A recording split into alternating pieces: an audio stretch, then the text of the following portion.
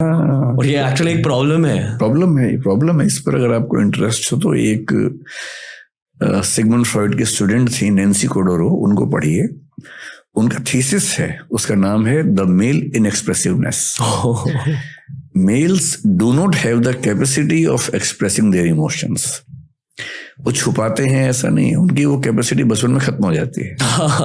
और उसका पूरा उन्होंने कहानी ये बताई कि जब बच्चा 6-7 साल का होता है, आप देखेंगे जब बच्चा पैदा होता है, बेटा हो या बेटी हो, माँ के साथ चिपक के सोता है जी, तो उसको माँ के साथ बड़ा सुकून मिलता है। उसको लगता है कि यही मेरा संसार है, क्योंकि माँ उसकी सभी जरूरतें पूरी करती है, तो उसको कंफर्ट लगता है वहां। फादर के साथ अच्छा लगता है, पर फादर के साथ लंबे समय का कंफर्ट नहीं है, वो कुछ मिनट का है, कुछ समय मतलब एंजॉय करने का है, लेकिन लॉन्ग टर्म इन्वॉल्वमेंट में हमेशा माँ पसंद आती है। अब 6-7 साल या 8 की उम्र के बाद क्या होता है कि बेटे को हम माँ से अलग करने लगते हैं कि अलग कमरे में सो, दूर सो। और वो हर कल्चर की जरूरत है ताकि बेटे के मन में कुछ ऐसी फीलिंग्स ना आने लगे, क्योंकि वो बड़ा होने वाला है। बेटी को वो दिक्कत नहीं आती है, तो माँ और बेटी जिंदगी भर एक साथ सो भी सकती हैं, हर तरह की बात कर लेती है, क्योंकि माँ के जीवन के अनुभव और बेटी को जो अनुभव होंगे किशोरावस्था के बाद वैसे ही सेम होने वाले हैं। तो बच्ची माँ से ही बात करेगी, बेटा भी किशोर होगा पर बेटा माँ से बात नहीं कर पाएगा, और बेटे और बाप में तो और कम बात होती है। तो जो बेटा नाम का जो प्राणी है ना घर के अंदर, वो इमोशनली बहुत अकेला है। वो जब बड़ा होता है तो वो अपनी बातें, specially the changes in body जो उसको फील होते हैं, बाप से तो वो कोई बात नहीं कर पाता, तो ये तो क्या ही करेगा। माँ भी इन मामलों में थोड़ा सा पर्दा रखती है बेटे के साथ, बेटी के साथ नहीं रखती है। बहन से कैसे बात करे इस तरह की। भाई अगर है बराबर उम्र का तो शायद कर ले, पर बहुत कम घरों में भाइयों में दोस्ती वाला संबंध होता है। आमतौर पे वहां वो सम्मान और रिस्पेक्ट वो हावी हो जाता है। इसलिए 13-14 साल के लड़के के पास कोई चारा नहीं है सिवाय इसके कि वो अपने दोस्तों से बात करे। दोस्त भी उतने ही अकेले हैं अपने अपने घर में, सही किसी को नहीं पता है, तो कहीं कहीं से वो ज्ञान चुराते हैं, आपस में शेयर करते हैं, गैंग बनाते हैं अपना। और क्योंकि घर के अंदर से वो इमोशनल स्टेबिलिटी उनको नहीं मिलती है, सपोर्ट नहीं मिलती इन मामलों में, तो लड़के, मतलब नैन्सी कोडोरो जो बता रही है, मैं उनकी बात बता रहा हूँ जी। तो लड़का एक विद्रोह के भाव में रहता है कि मुझे मेरी माँ ने मुझसे अलग कर दिया और मैं अपनी बहन की तरह माँ के साथ नहीं रह पाता हूँ। तो घर की दुनिया से डिटैच होके बाहर की दुनिया में सुकून ढूंढता है। इसलिए आप देखेंगे जनरली लड़कों के लिए पैसा, रुतबा, पावर, बड़ा घर, बड़ी गाड़ी, इसकी जितनी वैल्यू है जनरली लड़कियों के लिए नहीं होती है, क्योंकि वो घर के माहौल में अपनी माँ के साथ, पापा के साथ जितना सुकून उनको मिलता है, तो इनके लिए सफलता के मायने जनरली अलग रहते हैं। वो सफलता प्यार मोहब्बत में ज्यादा देख पाती हैं। इसलिए आप फिल्मों में देखेंगे जब लड़के लड़की मिलते हैं तो लड़की क्या बोलती है, एक छोटा सा घर हो, तुम रहो मैं रहूं। लड़का ऐसी बात आमतौर पर नहीं बोलता है। उसका सपना छोटा घर नहीं है, उसका सपना केवल तुम रहो मैं रहूं नहीं, उसका सपना है कि एक महल हो, 50 नौकर चाकर हो, 20 गाड़ियां हो, क्योंकि वो खुद को साबित करना चाह रहा है बाहर की दुनिया में। और लड़की, सभी नहीं, जनरली लड़कियों के लिए सुकून का बिंदु है घर, परिवार, दोस्तों का समूह, एक छोटा समूह जहां इमोशंस आपस में शेयर हो जाएं, न कि ऑब्जेक्ट से वो अपने आप को डिफाइन करें। और ये इसकी जड़ है बचपन का वो अनुभव जब बेटे को मां से अलग किया जाता है। So Nancy Chodorow has beautifully written the book titled the male inexpressiveness. मैं खुद एज अ कंटेंट क्रिएटर इसका सल्यूशन ढूंढने की कोशिश कर रहा हूँ इन पॉडकास्ट के थ्रू, कि अगर दो मर्द आपस में इमोशनल बातें करें शायद कुछ इम्पैक्ट हो जाएगा सोसाइटी में। तो करनी चाहिए। आई फेल्ट कि बसी भाई के साथ वो हुआ। पर 2-3 दिन पहले मेरे एक फ्रेंड है जो उनका शायद डिवोर्स होने वाला है, तो वो मेरे से बात कर रहे थे और वो बहुत ज़्यादा इमोशनल हो गए, और मैं उनके लिए वहाँ रहने की कोशिश कर रहा था। और जो मेरे दिमाग में जोक्स आ रहे थे उन्हें भी ब्लॉक कर रहा था क्योंकि अक्सर आपको जोक्स क्रैक करने होते हैं अपने भाइयों के साथ, पर मैं शांति से उसकी बातें सुन रहा था। ये इतना मुश्किल होता है सर? आदमियों के लिए बहुत मुश्किल तो ये है कि किसी के दुख में हंसे बिना कैसे रहे। कहीं किसी की डेथ हो जाए, आप बिहेवियर देखिए आदमी और औरत का वहां पर क्या है। महिलाएं जब जाती हैं जी, वहां कई महिलाएं बैठी हैं आराम से बात कर रही हैं, एक और महिला आई, सब मिलकर रोती हैं जी, एकदम ऑर्केस्ट्रा की तरह से चलता है। तो वो जो महिलाएं शांति से बैठ के बात कर रही हैं, एक की और आती सब कैसे रोने लगती है मैं नहीं समझ पाता, क्योंकि उनका अपने इमोशंस पे ऐसा कैसे कंट्रोल है। सब रोई 5-7 मिनट, फिर वो 7वीं महिला भी चुप हो गई, फिर बातें होने लगी, फिर 8वीं जब भी आएगी फिर 8 रोएंगे उसके बाद। तो बहुत पता नहीं कैसे मैनेज होता है। अच्छा, आदमी लोगों को आप वहां देखेंगे जी, किसी के दुख में जब जाते हैं, 1-8 मिनट हाथ रख के बहुत बुरा हुआ, बहुत बुरा लग रहा है। जिसको बुरा लग रहा है, जिसको दुख हुआ, बोलेगा हाँ कोई बात नहीं, हो जाता है। फिर वो जाके बैठ जाएंगे, आंसू तो भूल ही जाइए आप। फिर 6-7 आदमी जहां बैठेंगे, 2-4 मिनट चेहरा नीचे करके सीरियस होंगे, फिर खुसर खुसर शुरू कर देंगे कि भाई सेंसेक्स उठा के नहीं उठा, तुम्हारा काम ठीक चल रहा है। या फिर वो व्यवस्थाओं में लग जाते हैं, पानी पिलाना सबको, जूते सबके लाइन ठीक कर देना, क्योंकि वो दुख व्यक्त करने के माहौल में रह ही नहीं सकते। जी, जी। और आदमियों के साथ एक बहुत बड़ी दिक्कत यह है कि उनकी परवरिश में उनको सिखा देते हैं कि रोना कमजोरी का लक्षण है। अगर तुम्हारी आंख से आंसू निकलता है तुम लड़की हो, लड़का नहीं हो।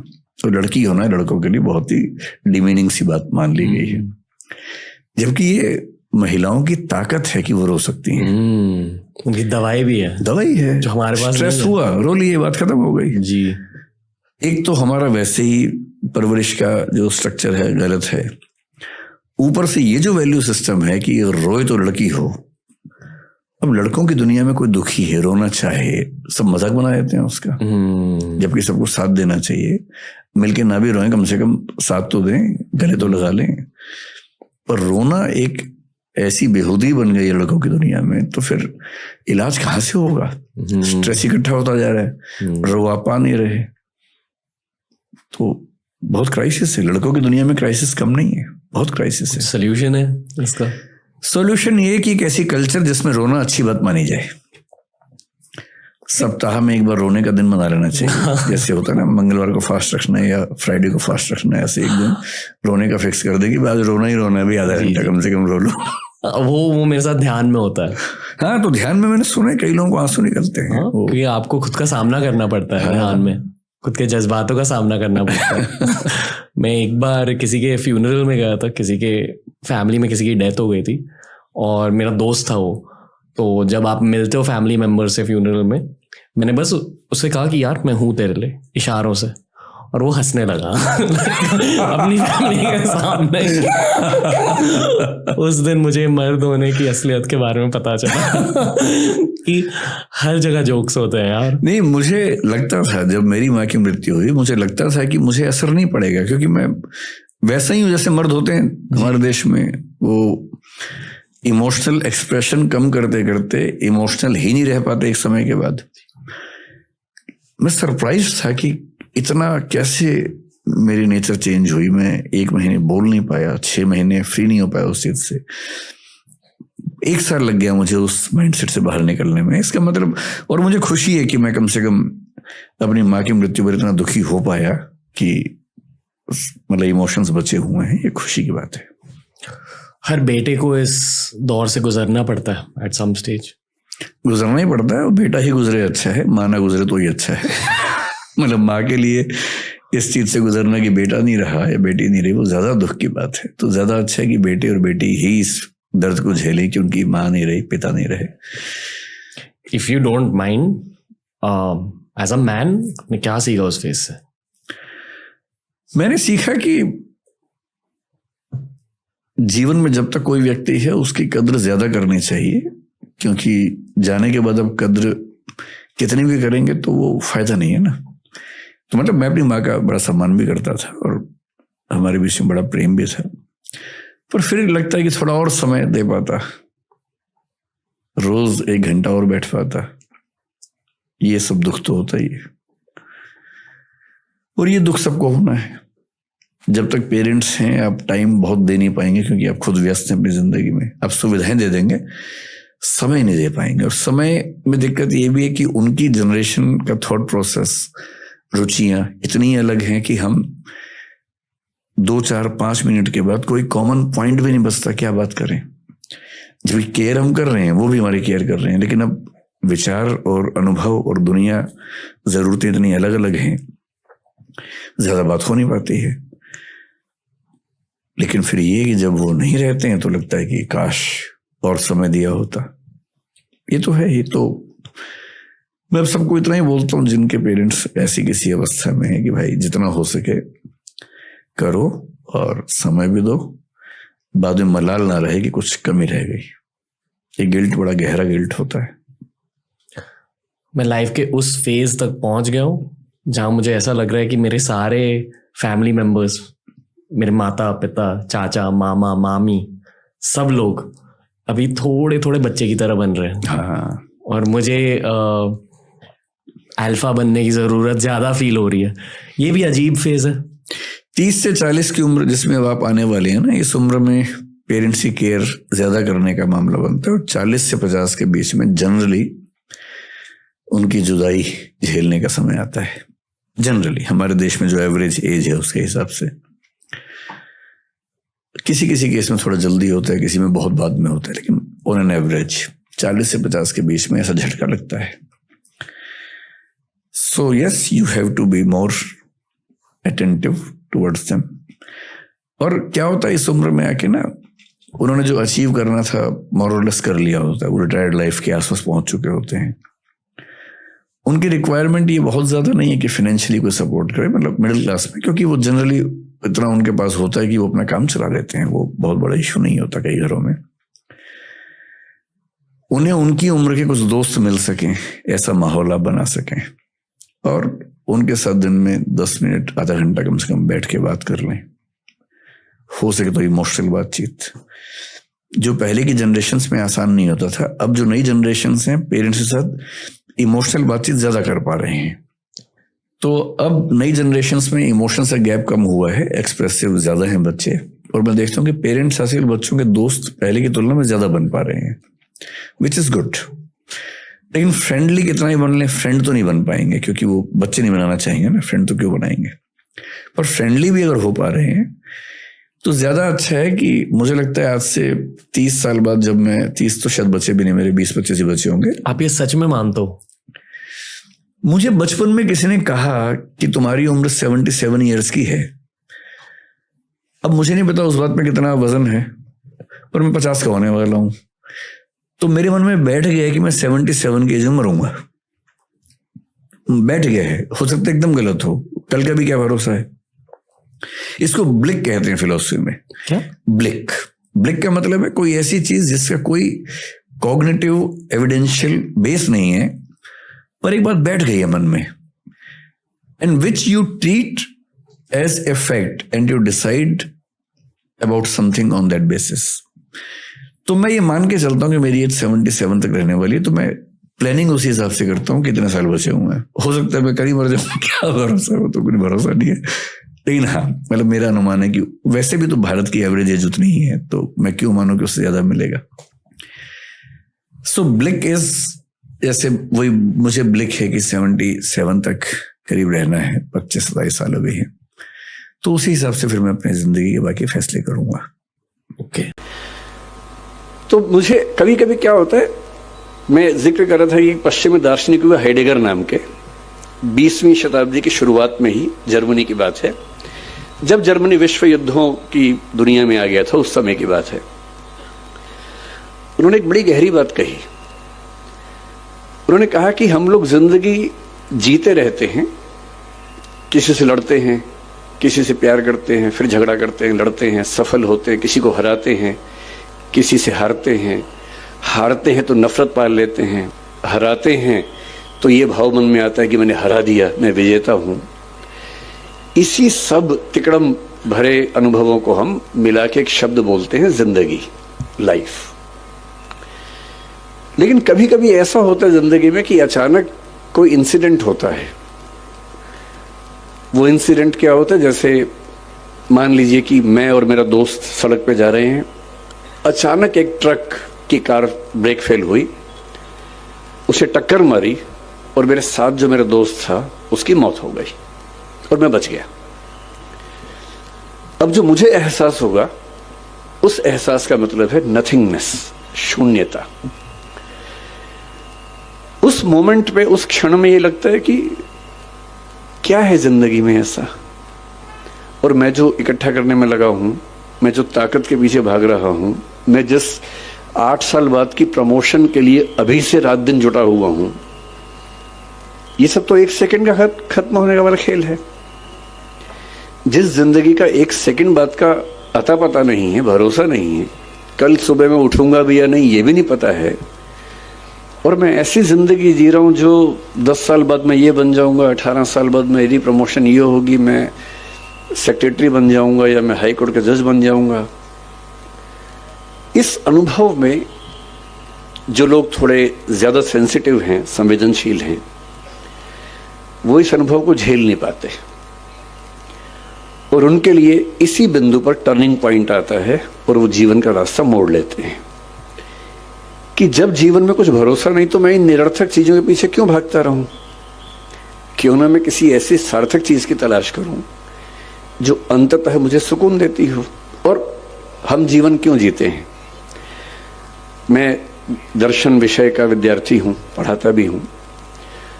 भारत के, दुनिया के सब दार्शनिकों को पढ़ाने की प्रक्रिया में मैंने पाया कि अंततः सभी के मन में एक ही बात है, अलग अलग शब्दों से कहते हैं, और वो ये है कि जीवन का अंत इसी बात पे है कि मुझे सुकून मिले, मुझे आनंद मिले, मुझे सुख मिले। और सारे भौतिक सुखों के बाद देश की राजधानी की सारी ताकत को देखने समझने के बाद अगर उससे ज्यादा सुकून बारडोली के आश्रम में है, तो इसका मतलब है कि जीवन का सही अर्थ तो यहां आके खुलेगा, वहां तो नहीं खुलेगा। तो मैं बहुत कृतज्ञ हूं सिंघवी साहब का, डॉक्टर साहब का। कहाँ गए डॉक्टर साहब? हाँ, डॉक्टर साहब आपका बहुत कृतज्ञ हूं कि आपने, अब मैं आपसे कोई काम नहीं बोलूंगा कि मुझे इलाज करवा दीजिए, वो मैं कभी नहीं बोलूंगा। वो तो मेरा शुरुआती लालच था जो मैंने आपको बताया भी नहीं अब तक, पर मन में था। और मुझे लगता है कि सच बोल देने से मुक्ति रहती है, झूठ बोलने में बड़ी दिक्कतें हैं, सच बोल देने से आदमी मुक्त रहता है। तो मेरा शुरुआती आपसे जो संवाद था वो लालच की बदौलत था, अब तो हम अच्छे दोस्त हो गए। तो मैं कृतज्ञ हूं कि आपने मुझे यहां बुलाया और इतने सुंदर संसार के बीच में आने का मौका दिया। मैंने जब स्कूल को देखा, मुझे लगा कि टैगोर, महात्मा गांधी और पटेल जैसे एक हो गए हों। टैगोर के शांति निकेतन में जो सबसे सुंदर कॉन्सेप्ट मैंने देखा कि क्लासरूम के अंदर पढ़ाई नहीं करनी है, पेड़ के नीचे बैठना है, खुले में बैठना है, प्रकृति में बैठ के पढ़ना है। मैंने देखा कि यहाँ क्लासरूम में चेयर्स हैं ही नहीं, केवल छोटे से स्टूल है, वो उठाना है और पेड़ के नीचे चले जाना है, और जहां मन करे वहां बैठ के पढ़ना है। क्यों एक 4 दीवारी के अंदर बैठ के ही हम पढ़ाई करेंगे? महात्मा गांधी ने एक बहुत अच्छा विचार दिया था बुनियादी तालीम का, बुनियादी शिक्षा का, जो स्वावलंबन में जोर देता है, स्किल्स की ट्रेनिंग पर जोर देता है, मातृभाषा में शिक्षा पर जोर देता है। और मैंने पाया कि वो सारे के सारे सिद्धांत इस स्कूल के अंदर ठीक वैसे ही चल रहे हैं। और सरदार पटेल का तो आशीर्वाद जैसा आश्रम को मिला ही है, तो उनके प्रति तो कृतज्ञ होना वैसे भी बनता है। दूसरा, मैं थोड़ा सा मुरारी बापू साथ में हैं, उनका जिक्र करके फिर मैं अपने मूल विषय पे आता हूं, सरदार पटेल पर। मेरा आज तक ऐसा सौभाग्य नहीं हुआ कि मैं किसी कथा में जाके सुन सकूं, और मैं बहुत संदेह करने वाला व्यक्ति हूं, मैं बहुत विश्वास करने वाला व्यक्ति हूं नहीं। मैं ईश्वर को लेके भी उतना आग्रही नहीं हूं। मुझे फिलॉसफी पढ़ते पढ़ते ज्यादा संदेह मन में रहता है, बहुत ज्यादा। ईश्वर भी हैं या नहीं हैं तो कैसे हैं, वो सब सवाल मेरे मन में बहुत ज्यादा चलते हैं। पर मैं नास्तिक नहीं हूं, मैं अज्ञेयवादी हूं। अज्ञेयवाद का मतलब होता है कि मुझे पता नहीं ईश्वर हैं या नहीं हैं तो कैसे हैं, पर मैं संभावना मानता हूं कि वो हैं, और अगर दुनिया चल रही है तो हो सकता है कि उन्हीं की बदौलत चल रही होगी। इस संभावना को मानता हूं। मैं ये भी महसूस करता रहा हूं कि जो संत का एक सुंदर अर्थ होता है मैं संत कबीर का बहुत सम्मान करता हूँ। मैंने कबीरदास को अच्छे से पढ़ने का प्रयास किया है और बहुत प्रेरित होता हूँ उनसे, उनकी बातों से सीखता हूँ। संत रैदास को मैंने अच्छे से पढ़ने का प्रयास किया, कई बार किया। तो मैं अक्सर सोचता हूँ कि संत का मतलब क्या होता है। तो एक बार एक किताब में मुझे बड़ी सुंदर बात मिली। एक उम्र तक मेरा थोड़ा सा लेफ्टिस्ट आइडियोलॉजी की तरफ काफी झुका हुआ था, तो मुझे धर्म, संत, इन सब से लगभग अरुचि सी थी। नफरत तो नहीं कहूंगा, पर अरुचि जैसा भाव रहता था। मेरे पेरेंट्स भी परेशान थे क्योंकि मैं कुछ अतिवाद के रास्ते पर उस समय चलता था। मुझे लगता था कि संत वो लोग हैं जो दुनिया के संघर्षों को छोड़ के भाग गए हैं। अरे भाई, मैं बुद्ध को पढ़ता था, महावीर, वर्धमान महावीर को पढ़ता था। मुझे लगता था कि क्यों ऐसा करते हो भाई, सब लोग स्ट्रगल कर रहे हैं, रोजी रोटी का संकट सबके सामने है, सबके बच्चे हैं, उनकी शादी होगी नहीं होगी, करियर होगा नहीं होगा, इतना इतना स्ट्रगल है।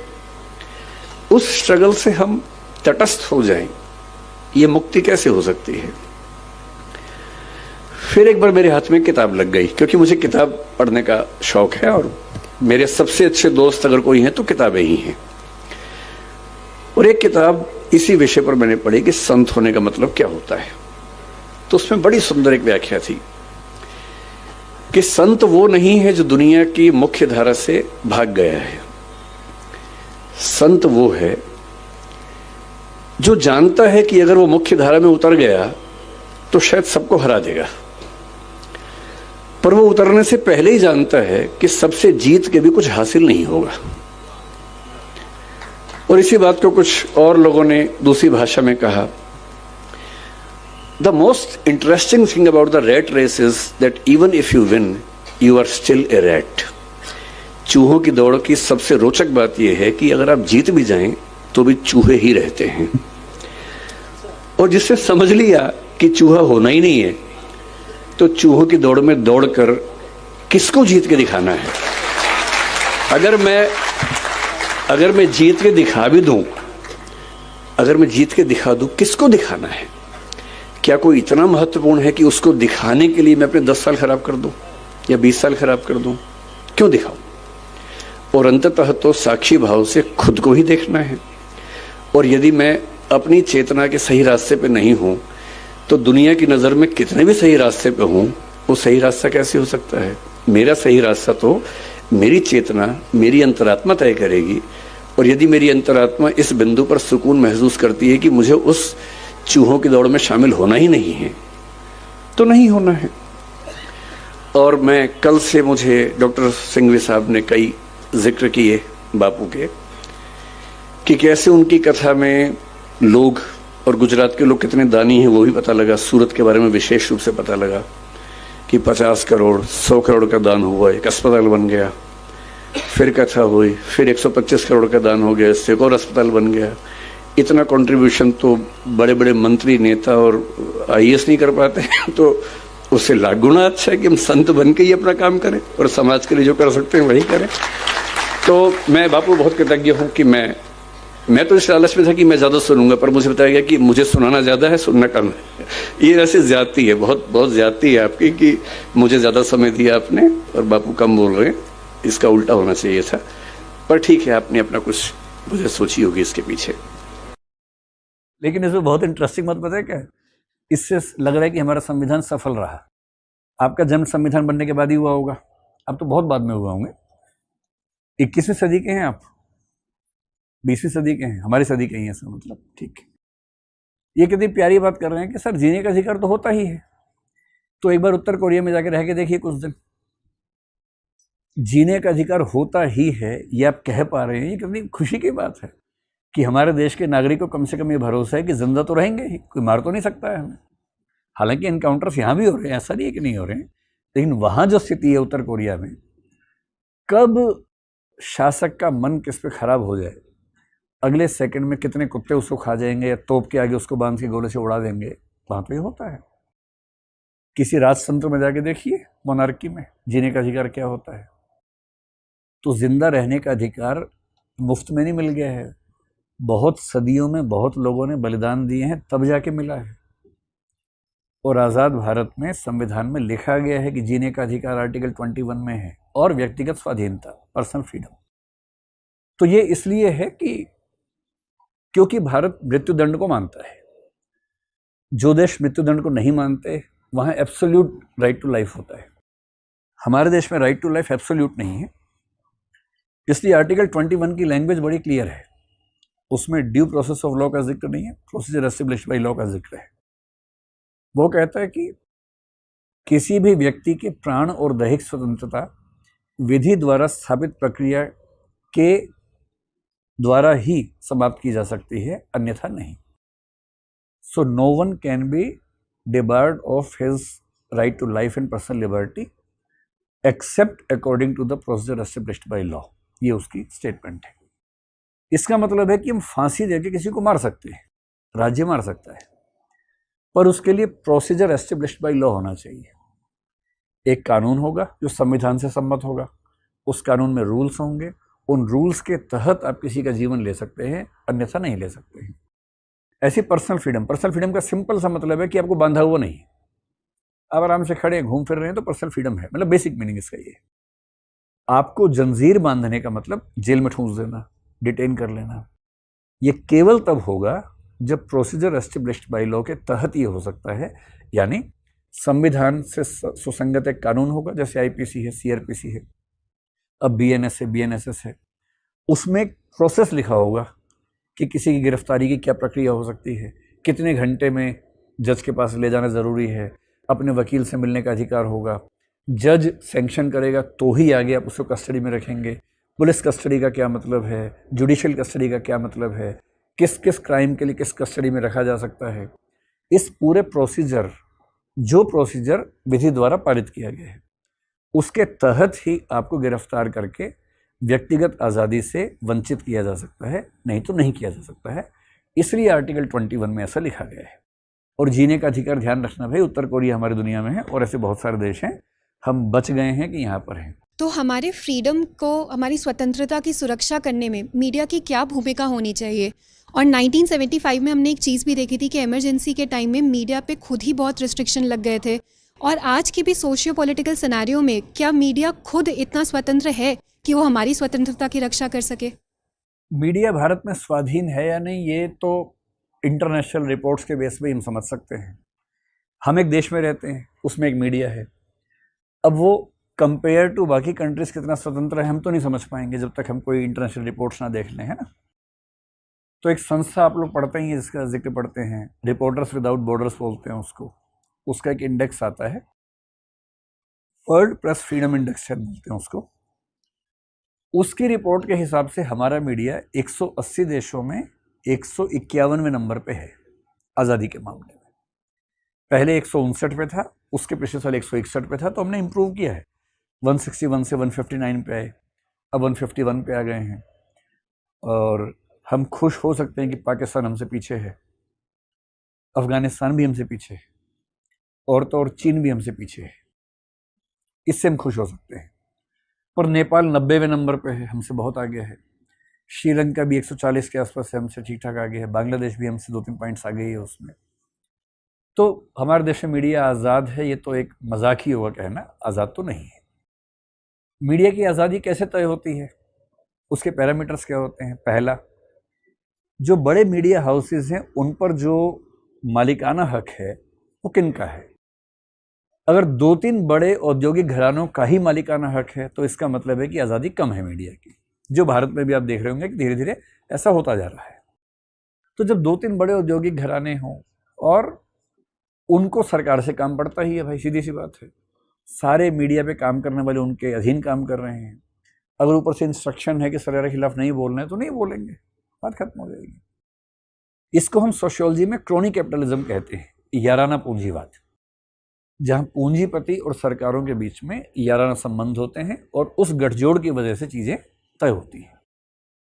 फिर देखा यह जाता है कि जो पत्रकार है उनकी सैलरी कितनी है, सुविधाएं कितनी हैं।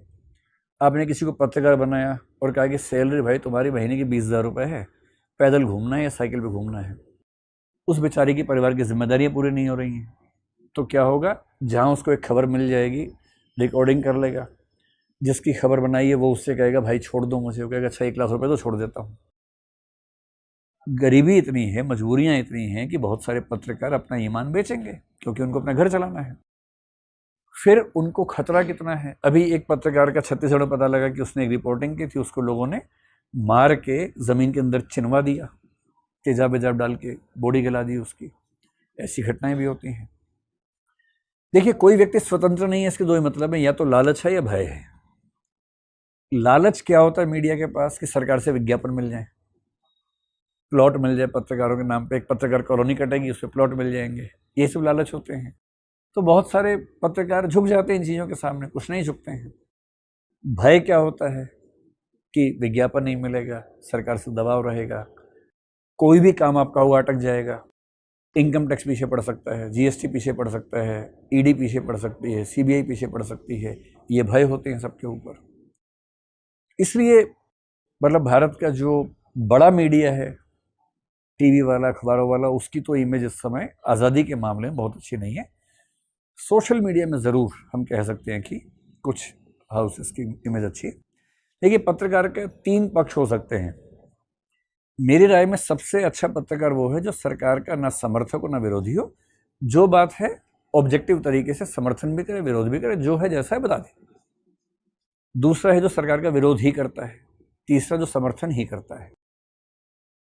पर समर्थन ही करने वालों और विरोध ही करने वालों में लोकतंत्र के लिए विरोध करने वाले ज़्यादा बेहतर हैं, क्योंकि सरकार पर एक जिम्मेदारी आती है, अकाउंटेबिलिटी आती है। तो मुझे ऐसे चैनल्स कम दिखते हैं सोशल मीडिया में जो बहुत बैलेंस हों। विरोध वाले खूब दिखते हैं, समर्थन वाले खूब दिखते हैं। पर विरोध वाले चैनल्स हैं, विरोध कर पा रहे हैं, लगातार कर रहे हैं, इसमें एक आश्वस्ति भी है कि कम से कम विरोध कर पा रहे हैं, और एक संकेत है कि बहुत डायरेक्ट असॉल्ट तो हमें नज़र नहीं आ रहा है। लेकिन हाँ, हमें मीडिया की फ्रीडम अगर हम चाहते हैं कि यूरोप जैसी हो, नॉर्वे जैसी हो, तो उसके लिए बहुत मेहनत करनी पड़ेगी। हमारी परिस्थितियां भी एग्जैक्टली वैसी नहीं हैं कि एक झटके में ऐसा हो जाए। प्रेस की आज़ादी के साथ उस समाज की जो डायनामिक्स हैं उसकी भूमिका भी होती है। हमारे जैसे देशों में, पाकिस्तान में, बांग्लादेश में, अफ़गानिस्तान में डायनामिक्स इतने आसान नहीं है कि आज़ादी उतनी हो जाएगी। ग्रेजुअली अगर हम कर सकें। पहले जो धार्मिक लोग हैं, जो कायदे से धर्म में डूबे हुए हैं, उनको ये 15 अगस्त वगैरह बहुत अपील नहीं करता है। ये तो ठीक है, सांसारिक बातें हैं। हम संसार में हैं, एक देश में हैं, देश आज़ाद हुआ था। कोई और देश किसी और दिन आज़ाद हुआ था। हर देश का एक सिंबॉलिक दिन है आज़ादी का। अमेरिका में शायद 4 जुलाई मानते हैं, यहाँ 15 अगस्त मानते हैं। बलूचिस्तान वाले 11 अगस्त अपना मानते हैं, मैंने आज ही कहीं पढ़ा। तो सबका अपना अपना दिन एक प्रतीक है। पर देश की आज़ादी के बाद बहुत सारी आज़ादियाँ हैं। गरीबी से आज़ादी, अशिक्षा से आज़ादी, और बीमारियों से आज़ादी, 1000 चीज़ों से आज़ादी चाहिए। पर जो धर्म का व्यक्ति है, धर्म की बहुत ज़्यादा रुचि होती है परलोक में। वो मानते हैं कि ये सारी आज़ादियाँ तो सांसारिक जीवन के चौंचले हैं, प्रपंच हैं। असली आज़ादी तो वहाँ है। अब वहाँ आज़ादी कैसे मिलेगी, इसके अलग अलग पर्सपेक्टिव से। जैसे पश्चिम में बोलते हैं कि स्वर्ग जाना आज़ादी है। पर आपने भारतीय दर्शन के बारे में पूछा। भारतीय दर्शन में 9 स्कूल्स हैं, उनमें से एक चारवाक तो एकदम लठ गाड़ के यहीं खड़ा हुआ है कि आज़ादी यहीं, जीना यहाँ, मरना यहाँ, इसके सिवा जाना कहाँ। वो तो इस मूड में रहता है। बाकी 8 के 8 मानते हैं कि असली आज़ादी मोक्ष है। चाहे वो जैन और बौद्ध जैसे नास्तिक दर्शन ही क्यों ना हो, सांख्य हो, योग हो, न्याय हो, वैशेषिक हो, मीमांसा हो, वेदांत, तो सब मानते हैं कि आत्मा का जीवन में कुछ नहीं होता है। आत्मा का अंतिम उद्देश्य मुक्ति है। उसी मुक्ति का एक नाम निर्वाण है बौद्धों के यहाँ, कैवल्य है जैनों के यहाँ, मोक्ष वेदांत में चलता है ज़्यादा। कुछ लोग और नामों से बोलते हैं, कुछ मुक्ति बोल देते हैं, अपवर्ग न्याय दर्शन के लोग बोल देते हैं कहीं कहीं। तो नाम अलग अलग हैं, मतलब सबका एक ही है। अच्छा, मतलब डीप जाएंगे तो अलग अलग है, लेकिन मोटे तौर पर इन सब का मतलब ये है कि कर्म बंधन से मुक्त होना मोक्ष है। कर्म बंधन क्या है, हम मतलब हिंदू फिलॉसफी की बात मैं कर रहा हूँ। जैन और बौद्ध फिलॉसफीज काफ़ी मात्रा में हिंदू फिलॉसफीज के नज़दीक है, हिंदू फिलॉसफी के नज़दीक है। सिख फिलॉसफी भी काफ़ी मात्रा में नज़दीक है। इसे हिंदू, जैन, बौद्ध, सिख को जब हम कहते हैं ना, तो फिलोसॉफिकल मामलों में लगभग 60, 70, 80% चीज़ें एक जैसी मिल जाती हैं। तो मैं जब हिंदू फिलॉसफी कहूँ तो आप मान के चले कि इन चारों धर्मों की मान्यताओं की बात मैं कर रहा हूँ। इनका ये मानना है कि एक कर्म सिद्धांत चलता है। कर्म सिद्धांत वहाँ भी चलता है ईसाइयों, यहूदियों, मुसलमानों में, पर वो अलग तरीके से काम करता है। हमारे यहाँ कुछ अलग तरीके से काम करता है। हमारे यहाँ कर्म 3 तरह के माने जाते हैं, संचित, संचीयमाण और प्रारब्ध कर्म। तो एक प्रोसेस है, वेल डिफाइंड प्रोसेस है, कैसे कैसे होगा। अगर मैं मरा और मेरा कर्म का बैलेंस बचा रह गया तो मेरा पुनर्जन्म होगा। मेरे कर्म का बैलेंस कैसा बचा है उससे मेरी स्पीशीज तय होगी। मैं चूहा बन के भी आ सकता हूँ, कुत्ता बन के भी आ सकता हूँ, गधा बन के भी आ सकता हूँ, कुछ भी बन के आ सकता हूँ और इंसान बन के भी आ सकता हूँ। ये सब तय होता है मेरे कर्मों के बैलेंस से कि कितने हैं और कैसे हैं। लेकिन भारतीय दर्शन में हम कहते हैं कि बुद्ध ने कहा कि सर्वम दुखम दुखम, सब कुछ दुखमय है। सच बात है कि भारत के 9 में से 8 दर्शन मानते हैं कि सब कुछ दुखमय है, ये संसार दुखमय है। ठीक, एब्सोल्यूट लेवल पे ब्लिस है। जैन मानते हैं कि एब्सोल्यूट ब्लिस है, शंकर मानते हैं एब्सोल्यूट लेवल ब्लिस है, अनंत आनंद है, पर ये संसार तो दुखमय है, ये सब मानते हैं। बुलंद आवाज में बुद्ध और सांख्य मानते हैं, लेकिन बाकी सब लोग मानते हैं। तो पुनर्जन्म होना खुशी की बात नहीं है, दुख की बात है। हम लोग खुश रहते हैं कि फिर आएंगे, लेकिन दरअसल दर्शन में पुनर्जन्म होना दुख की बात है, क्योंकि आप जीवन मरण चक्र में बंधे हुए हैं। मुक्ति का मतलब है इस प्रोसेस से मुक्त होना। ये कैसे होता है? जिस जीवन में मृत्यु के ठीक उस बिंदु पर बैलेंस 0 हो जाएगा, फिर जन्म नहीं होगा, क्योंकि जन्म होने की वजह खत्म हो गई। वजह क्या थी? कर्मों का बैलेंस पूरा करना है। या किसी को जीते जी मुक्ति मिल गई, जैसे बौद्ध और शंकर मानते हैं कि जीते जी मुक्ति मिल सकती है, तो मुक्ति मिल गई, उसके बाद कुछ समय तक वो रहे और वो अनासक्त कर्म करते रहे और उसके बाद मुक्त हो गए। तो मोक्ष का मतलब भारतीय परंपरा में है कर्मों के बैलेंस का खत्म होना और पुनर्जन्म की चेन से फ्री हो जाना। और जब फ्री होंगे तो क्या करेंगे? मूल स्वरूप में चले जाएंगे। तो बौद्ध लोग आत्मा को नहीं मानते हैं, बाकी 7 आत्मा को मानते हैं। तो आत्मा हम हैं, तो आत्मा जिस रूप में उस रूप में चली जाएगी। इसमें भी कुछ लोग मानते हैं कि आत्मा एब्सोल्यूट ब्लिस की स्थिति में रहेगी। जैसे महायानी बौद्ध आत्मा नहीं मानते, चेतना मानते हैं, पर ब्लिस मानते हैं। वेदांत के सारे स्कूल्स मानते हैं। कुछ मानते हैं कि बहुत खुश नहीं होंगे हम, बहुत आनंद नहीं आएगा, लेकिन दुख खत्म हो जाएंगे, जैसे हीनयानी बौद्ध मानते हैं, सांख्य मानता है। और कुछ लोग बोलते हैं कि ना सुख होगा ना दुख होगा, चेतना ही खत्म हो जाएगी, कॉन्शियसनेस ही खत्म हो जाएगी। न्याय, वैशेषिक और मीमांसा, ये लोग इस तरह की बात मानते हैं। तो हाँ, आपकी बात का सार ये है कि इंडियन फिलॉसफी में, इंडियन रिलीजन में असली मुक्ति संसार में रह के नहीं है, उस संसार से स्थायी रूप से जाने पे है। आने जाने में नहीं स्थायी रूप से जाने में गए, अब वापसी नहीं है। अगर आप अपने आसपास के लोगों पर थोड़ा विचार करेंगे तो आप उनके प्रति बहुत करुणा से भर जाएंगे। अब हम यहां इतने लोग बैठे हुए हैं, नहीं कह सकता सांझ इनमें से कोई समाप्त हो जाए। एक सांझ तो सब समाप्त हो ही जाएंगे, एक ना एक दिन हम में से हर आदमी चुक जाएगा। अगर मुझे यह ख्याल हो कि जो लोग मेरे सामने बैठे हैं, हो सकता है इनमें से कोई चेहरे में दोबारा नहीं देख पाऊंगा, तो क्या मेरे हृदय में उनके प्रति करुणा पैदा नहीं होगी? एक बगीचे में अभी अभी मैं गया और वहां फूल खिले हैं, सांझ वो मुरझा जाएंगे। छोटी सी घड़ी है उनके जीवन की, अभी खिले हैं, सुबह सांझ मुरझा जाएंगे। क्या इस बात का स्मरण कि ये फूल जो भी मुस्कुरा रहे हैं सांझ गिर जाएंगे और धूल में मिल जाएंगे, उनके प्रति करुणा को पैदा नहीं कर देगा? क्या ये ख्याल कि रात में जो तारे हैं उनमें से कोई टूट जाता है और बिखर जाता है, क्या तारों के प्रति करुणा को पैदा नहीं करते? अगर बोध हो तो इस चारों तरफ देखने पर हर एक के प्रति करुणा मालूम होगी, बहुत दया मालूम होगी। इतना थोड़ा ये मिलन है, इतना मुश्किल ये जीवन है, इतनी दुर्लभ ये घटना है, और इतनी वासनाएं और इतनी तृष्णाएं और इतनी पीड़ाएं हैं हर एक के भीतर। फिर भी हम किसी तरह जीते हैं और किसी तरह प्रेम करते हैं और किसी तरह दो सुंदर कृतियां बनाते हैं। ये कितनी करुणा नहीं पैदा कर देगा। बुद्ध के ऊपर एक दफा एक आदमी ने आके थूक दिया, इतने गुस्से में आ गया, उनके ऊपर थूक दिया। उन्होंने उसको पहुंच लिया और उस आदमी से कहा कुछ और कहना है। उनके पास जो भिक्षु था आनंद, उसने कहा आप क्या बात कर रहे हैं, उसने कुछ कहा है, हमें आज्ञा दें हम उसे ठीक करें, तो हद हो गई कि वो आपके ऊपर थूक दे। बुद्ध ने कहा वो कुछ कहना चाहता है, भाषा असमर्थ है। बुद्ध ने कहा वो कुछ कहना चाहता है, भाषा असमर्थ है, वेग तीव्र है, कह नहीं सका, क्रिया से प्रकट किया है। इसको मैं कहता हूं करुणा।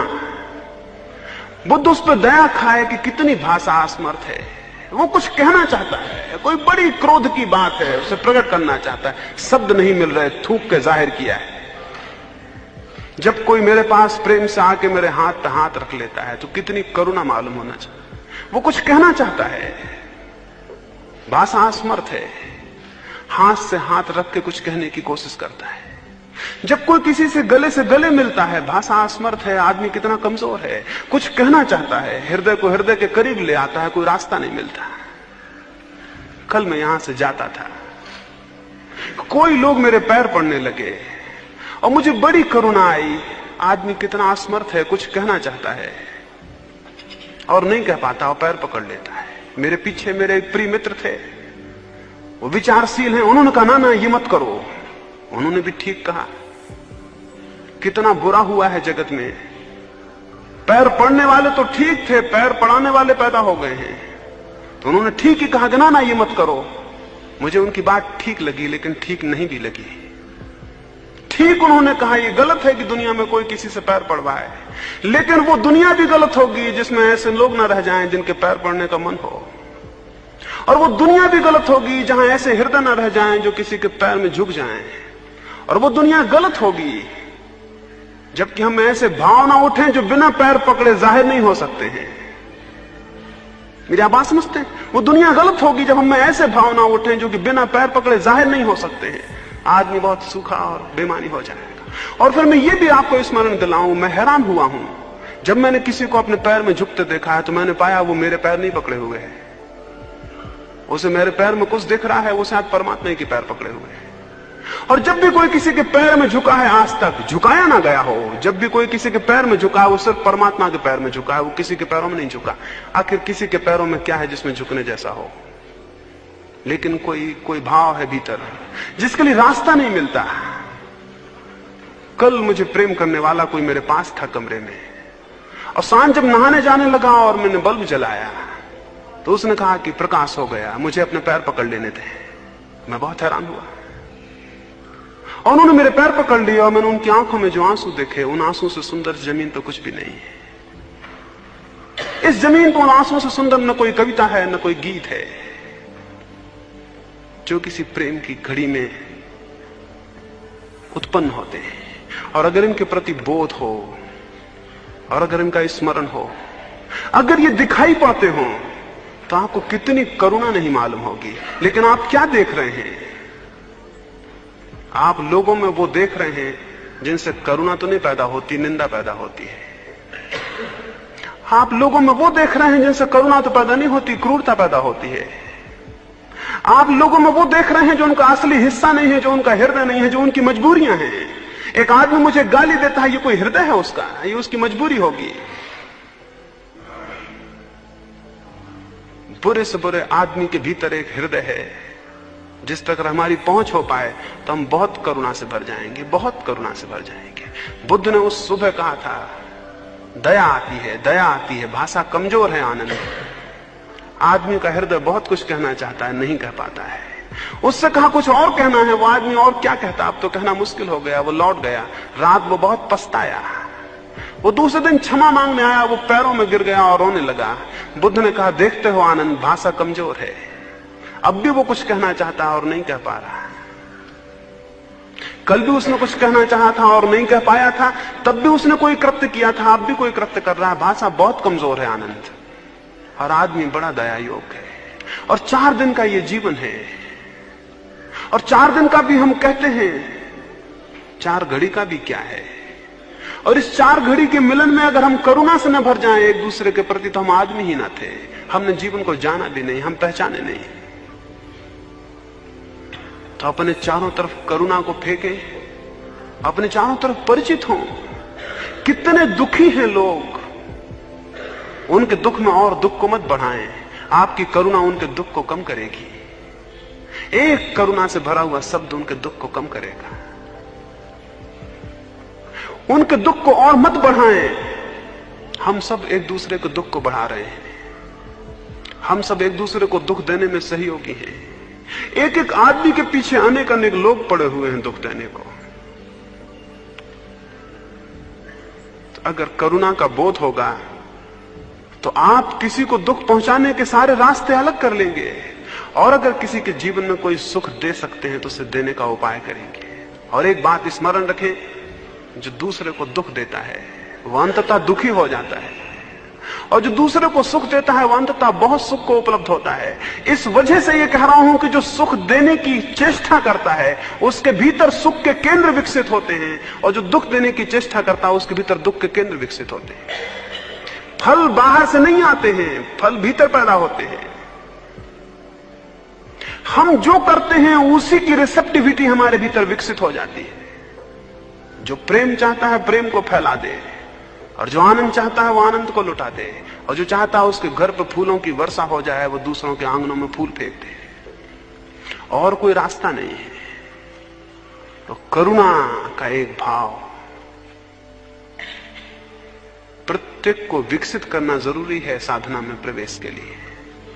तीसरी बात है प्रमुदिता, उत्फुल्लता, प्रसन्नता, आनंद का एक बोध, विषाद का अभाव। हम सब विषाद से भरे हैं, हम सब उदास लोग, थके लोग हैं, हम सब हारे हुए पराजित रास्तों पे चलते हैं और समाप्त हो जाते हैं।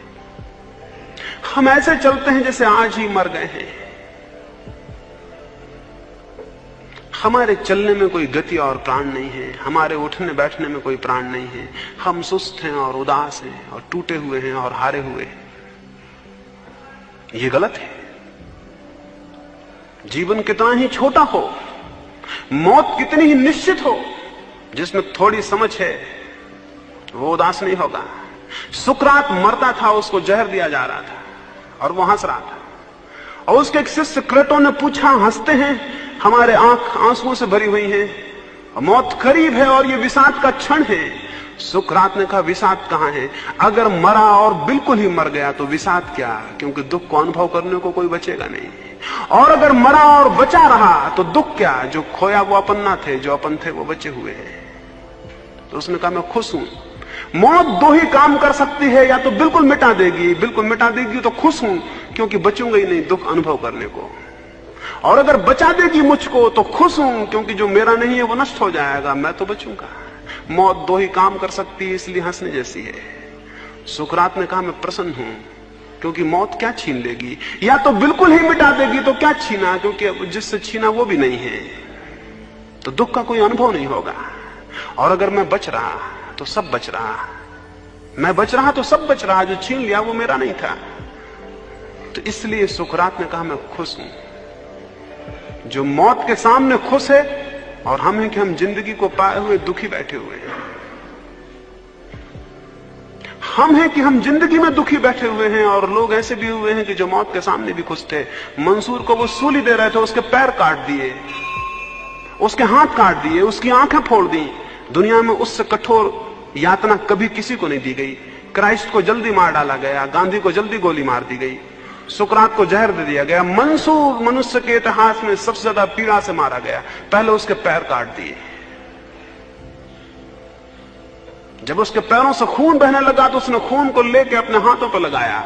भीड़ इकट्ठी थी, लोग पत्थर फेंक रहे थे। उन्होंने पूछा, ये क्या कर रहे हो? उसने कहा, वजू करता हूं। मुसलमान नमाज के पहले हाथ धोते।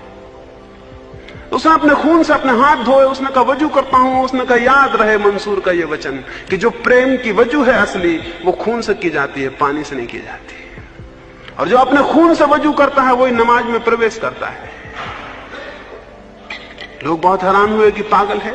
उसके पैर काट दिए गए, फिर उसके हाथ काट दिए गए, फिर इसको उन्होंने आंखें फोड़ दी, और 1 लाख लोग इकट्ठे हैं और पत्थर मार रहे हैं और उसका एक एक अंग काटा जा रहा है। और जब उसकी आंखें फोड़ दी गई तब वो चिल्लाया कि हे परमात्मा, स्मरण रखना, मंसूर जीत गया। तो लोगों ने पूछा क्या बात है, किस बात में जीत गए? उसने कहा परमात्मा को कह रहा हूं कि परमात्मा स्मरण रखना, मंसूर जीत गया। मैं डरता था कि शायद इतनी शत्रुता में प्रेम कायम नहीं रह सकेगा। तो स्मरण रखना परमात्मा की, मंसूर जीत गया, प्रेम मेरा कायम है। इन्होंने जो मेरे साथ किया है मेरे साथ नहीं कर पाए, इन्होंने जो मेरे साथ किया है मेरे साथ नहीं कर पाए, प्रेम कायम है। और उसने कहा यही मेरी प्रार्थना है और यही मेरी इबादत है। उस वक्त भी हंस रहा था, उस वक्त भी मस्त था। लोग मौत के सामने खुश रहे हैं और हंसते रहे और हम जिंदगी के सामने उदास और रोते हुए बैठे हैं। ये गलत है। कोई उदास रास्ते, कोई विषाद से भरा हुआ चित्त कोई बड़े अभियान नहीं कर सकता है। अभियान के लिए उत्फुल्ला, अभियान के लिए बड़े आनंद से भरा हुआ चित्त तो 24 घंटे उत्फुल्लता को साथिए। ये सिर्फ आदतें हैं। उदासी एक आदत है जिसको आपने बना लिया है। उत्फुल्लता एक आदत है, उसको बना सकते हैं। उत्फुल्लता को बनाए रखने के लिए जरूरी है जिंदगी का वो हिस्सा देखिए जो प्रकाशित है, वो हिस्सा नहीं जो अंधेरे से भरा है।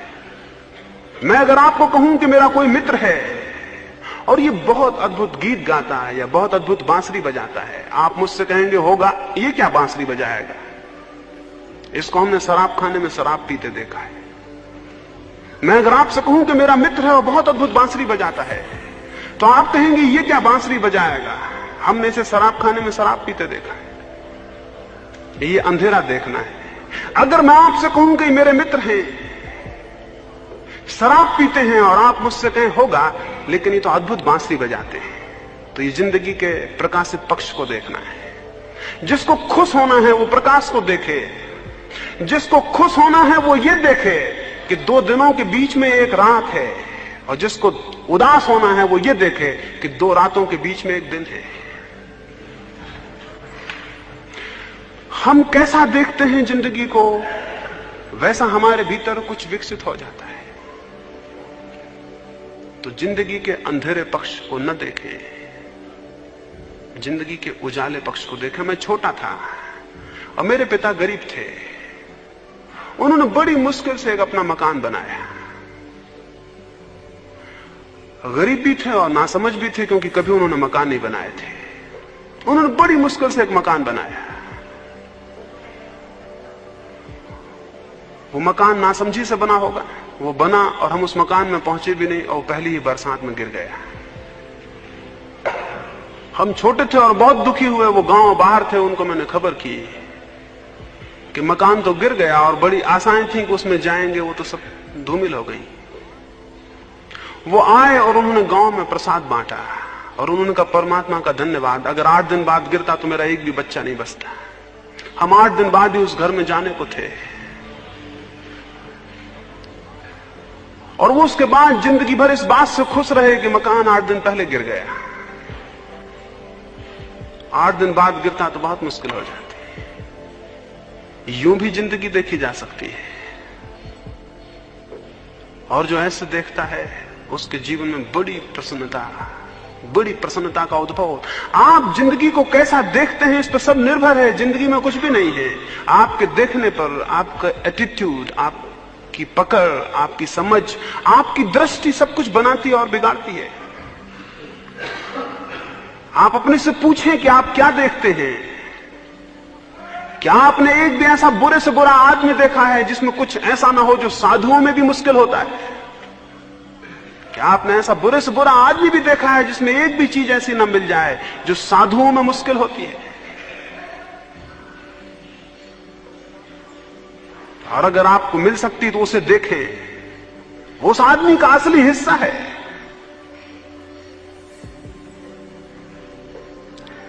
और जिंदगी में चारों तरफ खोजें किरण को, प्रकाश को, उससे आपके भीतर किरण और प्रकाश पैदा होगी। इसको प्रमुदिता। तीसरा भाव है कि हम प्रसन्न हों। हम इतने प्रसन्न हों कि हम मौत को और दुख को गलत कर दें। हम इतने आनंदित हों कि मौत और दुख सिकुड़ के मर जाएं, पता भी न चले कि मौत और दुख भी हैं। जो इतनी प्रफुल्लता और आनंद को अपने भीतर संजोता है वो साधना में गति करता है। साधना की गति के लिए बहुत जरूरी है, बहुत जरूरी है। एक साधु हुआ, वो जीवन भर इतना प्रसन्न था कि लोग हैरान थे। लोगों ने कभी उसे उदास नहीं देखा, कभी पीड़ित नहीं देखा। उसके मरने का वक्त आया और उसने कहा कि अब मैं 3 दिन बाद मर जाऊंगा। और ये मैं इसलिए बता रहा हूं कि तुम्हें स्मरण रहे कि जो आदमी जीवन भर हंसता था उसकी कब्र पे कोई रोए नहीं। ये मैं इसलिए बता रहा हूं कि जब मैं मर जाऊं तो इस झोंपड़े पे कोई उदासी ना आए। यहां हमेशा आनंद था, यहां हमेशा खुशी थी। इसलिए मेरी मौत को एक उत्सव बनाना, मेरी मौत को दुख मत मनाना, मेरी मौत को एक उत्सव मनाना। लोग तो दुखी हुए, बहुत दुखी हुए। तो अद्भुत आदमी था, और जितना अद्भुत आदमी हो उतना उसका मरने का दुख घना था। उसके प्रेम करने वाले बहुत थे, वो सब 3 दिन से इकट्ठे होने शुरू हो गए। वो मरते वक्त तक लोगों को हंसा रहा था और अद्भुत बातें कह रहा था और उनसे प्रेम की बातें कर रहा था। सुबह मरने के पहले उसने एक गीत गाया, और गीत गाने के बाद उसने कहा, स्मरण रहे मेरे कपड़े मत उतारना, मेरी चिता पर मेरे पूरे शरीर को चढ़ा देना कपड़ों सहित, मुझे नहलाना मत। उसने कहा था, आदेश था, वो मर गया। उसे कपड़े से चिता पर जला दिया। वो जब कपड़े से चिता पर रखा गया, लोग उदास खड़े थे, लेकिन देख के हैरान हुए। उसके कपड़ों में उसने फुलझड़ी और फटाके छिपा रखे थे। वो चिता पर चढ़े और फुलझड़े और फटाके छूटने शुरू हो गए, और चिता उत्सव बन गई, और लोग हंसने लगे। और उन्होंने कहा, जिसने जिंदगी में हंसाया वो मौत में भी हमको हंसा के गया है। जिंदगी को हंसना बनाना है, जिंदगी को एक खुशी और मौत को भी एक खुशी। और जो आदमी ऐसा करने में सफल हो जाता है उसे बड़ी धन्यता मिलती है और बड़ी कृतज्ञता उपलब्ध होती है। और उस भूमिका में जब कोई साधना में प्रवेश करता है तो गति वैसी होती है जिसकी हम कल्पना भी नहीं कर सकते। वो तीर की तरह विकास होता है। बोझिल मन से जो जाता है उसने तीर में पत्थर बांध दिए। बोझिल मन से जो जाता है उसने तीर में पत्थर बांध दिए। तीर कहां जाएगा? जितनी तीव्र गति चाहिए हो उतना हल्का और भारहीन मन चाहिए। जितने तीर को दूर पहुंचाना हो उतना तीर में वजन कम चाहिए। और जिसे जितने ऊंचे पहाड़ चढ़ने हो उतना बोझ उसे नीचे छोड़ देना पड़ता है। और सबसे बड़ा बोझ दुख का और विषाद का है, उदासी का है। इससे बड़ा कोई बोझ नहीं है। क्या आप लोगों को देखते हैं वो दबे चले जा रहे हैं जैसे भारी बोझ उनके सिर पर रखा हुआ है। इस बोझ को नीचे फेंक दें और उत्फुल्लता की एक हुंकार करें और सिंहनाद करें, और ये बता दें पूरे जीवन को कि जीवन कैसा ही हो उसमें भी खुशी और जिंदगी गीत बनाई जा सकती है। जिंदगी एक संगीत हो सकती है। इस तीसरी प्रमुदिता को स्मरण रखें। और चौथा मैंने कहा कृतज्ञता। कृतज्ञता बहुत डिवाइन, बहुत दिव्य बात है। हमारी सदी में अगर कुछ खो गया है तो कृतज्ञता खो गई है, ग्रेटिट्यूड खो गया है। आपको पता है आप जो सांस ले रहे हैं वो आप नहीं ले रहे हैं, क्योंकि सांस जिस क्षण नहीं आएगी आप उसे नहीं ले सकेंगे। आपको पता है आप पैदा हुए हैं, आप पैदा नहीं हुए हैं। आपका कोई सचेतन हाथ नहीं है, कोई निर्णय नहीं है। आपको पता है जो छोटी सी देह आपको मिली है ये बड़ी अद्भुत है। ये सबसे बड़ा मिरेकल है इस जमीन पर। आप थोड़ा सा खाना खाते हैं, आपका ये छोटा सा पेट उसे पचा देता है, ये बड़ा मिरेकल है। अभी इतना वैज्ञानिक विकास हुआ है। अगर हम बहुत बड़े कारखाने खड़े करें और हजारों विशेषज्ञ लगाएं तो भी एक रोटी को पचा के खून बना देना मुश्किल है। एक रोटी को पचा के खून बना देना मुश्किल है। ये शरीर आपका एक मिरेकल कर रहा है 24 घंटे। ये छोटा सा शरीर, थोड़ी सी हड्डियां, थोड़ा सा मांस। वैज्ञानिक कहते हैं मुश्किल से 4 रुपए 5 रुपए का सामान है इस शरीर में।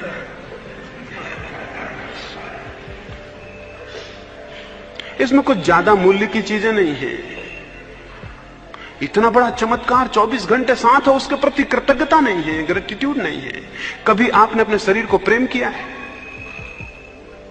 कभी अपने हाथों को चूमा है? कभी अपनी आंखों को प्रेम किया है?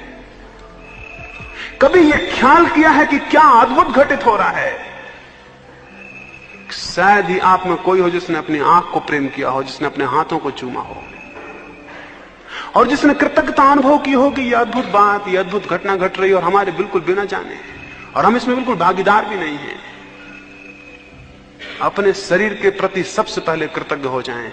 जो अपने शरीर के प्रति कृतज्ञ है वही केवल दूसरों के शरीरों के प्रति कृतज्ञ हो सकता है। और सबसे पहले अपने शरीर के प्रति प्रेम से भर जाएं, क्योंकि जो अपने शरीर के प्रति प्रेम से भरा हुआ है वही केवल दूसरों के शरीरों के प्रति प्रेम से भर जाता है। वे लोग अधार्मिक हैं जो आपको अपने शरीर के खिलाफ बातें सिखाते हों। वे लोग अधार्मिक हैं जो कहते हो कि शरीर दुश्मन है और दुष्ट है और ऐसा है और वैसा है, शत्रु है। शरीर कुछ भी नहीं है, शरीर बड़ा चमत्कार है और शरीर अद्भुत सहयोग है। इसके प्रति कृतज्ञ हो। इस शरीर में क्या है? जो इस शरीर में है वो इन पंच महाभूतों से मिला है। इस शरीर के प्रति कृतज्ञ हो, इन पंच महाभूतों के प्रति कृतज्ञ हो। एक दिन सूरज बुझ जाएगा तो आप कहां होंगे? वैज्ञानिक कहते हैं 4000 वर्षों में सूरज बुझ जाएगा। वो काफी रोशनी दे चुका, वो खाली होता जाएगा और एक दिन आएगा कि वो एक दिन बुझ जाएगा। अभी हम रोज इसी ख्याल में है कि रोज सूरज उगेगा। एक दिन वक्त आएगा कि लोग सांझ को इस ख्याल से सोएंगे कि कल सुबह सूरज उगेगा और वो नहीं उगेगा। और फिर क्या होगा? सूरज ही नहीं बुझेगा, सारा प्राण बुझ जाएगा, क्योंकि प्राण उससे उपलब्ध है, क्योंकि सारी ऊष्मा और सारा उत्ताप उससे उपलब्ध है। समुद्र के किनारे बैठते हैं, कभी ख्याल किया आपके शरीर में 70% समुद्र है, पानी है। और मनुष्य का जन्म इस जमीन पर कीटाणु का जो पहला जन्म हुआ वो समुद्र में हुआ था। और आप ये भी जान के हैरान होंगे आपके शरीर में भी नमक और पानी में वही अनुपात है जो समुद्र में है अभी भी। और उस अनुपात से जब भी शरीर इधर उधर हो जाएगा, बीमार हो जाएगा। कभी समुद्र के करीब बैठ के आपने अनुभव किया है कि मेरे भीतर भी समुद्र का एक हिस्सा है, और मेरे भीतर जो हिस्सा है समुद्र का, उसके लिए मुझे समुद्र का कृतज्ञ होना चाहिए। और सूरज की रोशनी मेरे भीतर है, उसके प्रति मुझे कृतज्ञ होना चाहिए। और हवाएं मेरे प्राण को चलाती हैं, उनके प्रति कृतज्ञ होना चाहिए। और आकाश और पृथ्वी वो मुझे बनाते हैं, उनके प्रति कृतज्ञ होना चाहिए। इस ग्रेटिट्यूड को मैं दिव्य कहता हूं। इस कृतज्ञता के बिना कोई आदमी धार्मिक नहीं हो सकता। अकृतज्ञ मनुष्य क्या धार्मिक होंगे? इस कृतज्ञता को अनुभव करें निरंतर और आप हैरान हो जाएंगे। यह आपको इतनी शांति से भर देगी कृतज्ञता, और इतने रहस्य से। और तब आपको एक बात का पता चलेगा कि मेरी क्या सामर्थ्य थी कि ये सारी चीजें मुझे मिले, और ये सारी चीजें मुझे मिली। इसके लिए आपके मन में धन्यवाद होगा, इसके प्रति आपके मन में धन्यवाद होगा। जो आपको मिला है उसके प्रति कृतज्ञता का बोध होगा। तो कृतज्ञता को ज्ञापित करने का, कृतज्ञता को विकसित करने का उपाय करें, उससे साधना में गति होगी। और न केवल साधना में, जीवन बहुत भिन्न हो जाएगा। जीवन बहुत भिन्न हो जाएगा, जीवन बहुत दूसरा हो जाएगा। क्राइस्ट को सूली पर लटकाया तो क्राइस्ट से मरने लगे तो उन्होंने कहा, हे परमात्मा, इन्हें क्षमा कर देना, इन्हें क्षमा कर देना। और दो कारणों से क्षमा कर देना। एक तो ये जानते नहीं कि क्या कर रहे हैं, इसमें तो उनकी करुणा थी। और इस कारण से कि मेरे और तेरे बीच जो फासला था वो इन्होंने गिरा दिया। परमात्मा के और मेरे बीच जो फासला था इन्होंने गिरा दिया। इसके लिए इनके प्रति कृतज्ञता है। तो जीवन में सतत कृतज्ञता का स्मरण पूर्वक व्यवहार करें, आप पाएंगे कि जीवन बहुत अद्भुत हो जाएगा। तो चार बातें मैंने कही शुद्ध भाव के लिए: मैत्री, करुणा, प्रमुदिता और कृतज्ञता। और बहुत बातें हैं, लेकिन ये चार काफी हैं। अगर इनका विचार करें तो शेष सब इनके पीछे अपने आप चली आएंगी। इस भांति भाव शुद्ध होगा। मैंने आपको बताया शरीर कैसे शुद्ध होगा, विचार कैसे शुद्ध होगा, भाव कैसे शुद्ध होगा। अगर ये तीन ही हो जाएं तो भी आप अद्भुत लोक में प्रवेश कर जाएंगे। अगर ये तीन ही हो जाएं तो भी बहुत कुछ हो जाएगा। तीन जो केंद्रीय तत्व हैं उनकी हम आगे बात करेंगे। उन तीन तत्वों में हम शरीर शून्यता, विचार शून्यता और भाव शून्यता का विचार करेंगे। अभी हमने शुद्धि का विचार किया, फिर हम शून्यता का विचार करेंगे। और जब शुद्धि और शून्यता का मिलन होता है तो समाधि उत्पन्न हो जाती है। मेरी बातों को इतने प्रेम और शांति से सुना, उसके लिए बहुत बहुत अनुग्रहित हूं। और अंत में सबके भीतर बैठे परमात्मा को प्रणाम करता हूं। मेरे प्रणाम स्वीकार।